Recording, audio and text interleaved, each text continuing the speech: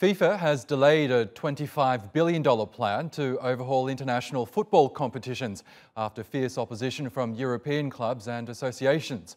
At a FIFA Council meeting in Kigali, Rwanda, the president of the sports world governing body, announced that a task force would instead be set up to examine the proposals and report back at the next meeting in March.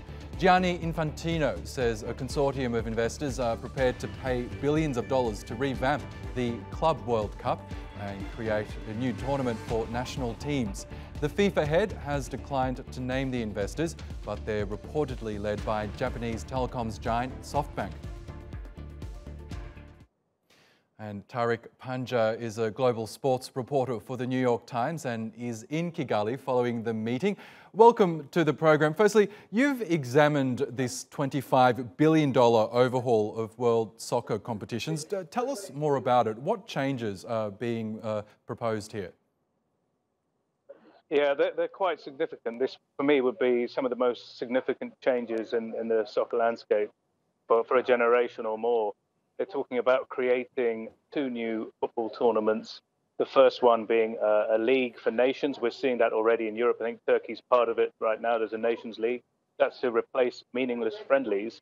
But the most significant one is a World Cup for clubs. That is the tournament that would have the likes of Real Madrid, Manchester United, all the big names, plus teams from South America, Africa, Asia, etc., playing in a World Cup-style tournament. And that potentially is worth billions. Interesting. So quite a transformation. But as I've mentioned and as you've reported, Japan's SoftBank is said to be behind this proposal. I'm curious, why would that company be prepared to outlay billions to back this proposal? What's in it for them? It's a really interesting question, and one that they so far have been unable to answer or to even confirm that they are part of this bid, even though we've been reporting it for about 6 months now.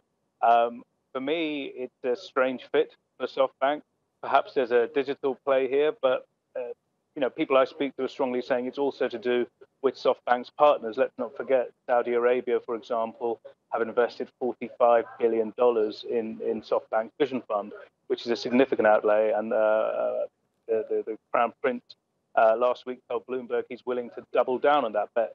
That comes at exactly the same time as Saudi Arabia has decided to try and move into a post-oil economy and is targeting sports. For example, it's not just FIFA, it's got involved with WWE, boxing, you name it. Saudi Arabia is trying to get involved. In the AFC, the Asian Football Confederation elections that are due to take place next year, Saudi Arabia wants to have a candidate and perhaps take that organization over. FIFA is insisting, though, that this is not a state-backed offer or anything like that. However, until they provide concrete details about who is the bidder, why they're bidding, these questions will remain asked feverishly until something is revealed. And just quickly, Tariq, FIFA boss Gianni Infantino seems to be very keen to push this proposal through, whereas it's facing resistance from the game's European leaders. Why are we seeing this division? It's about control, and it's about who holds the whip hand in world football. Although FIFA is kind of the apex governing body, UEFA is the richest one. It owns the Champions League, which is hugely popular, worth billions of dollars, played every week in, week out, every year. And FIFA only has, I say only, it's a wonderful tournament, only has the World Cup. And for years, even before Gianni Infantino took over, it's looked covetously at UEFA's position. And this is the tension that is out there. What UEFA is also angry, what the clubs are angry about, is why this thing is being rushed through as quickly as possible. The lack of consultation from FIFA has maddened a lot of people.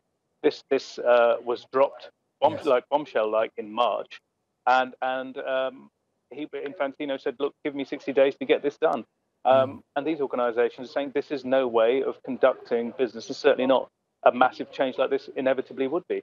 That's right. Okay, Tariq Panja in Kigali, thank you so much for that update.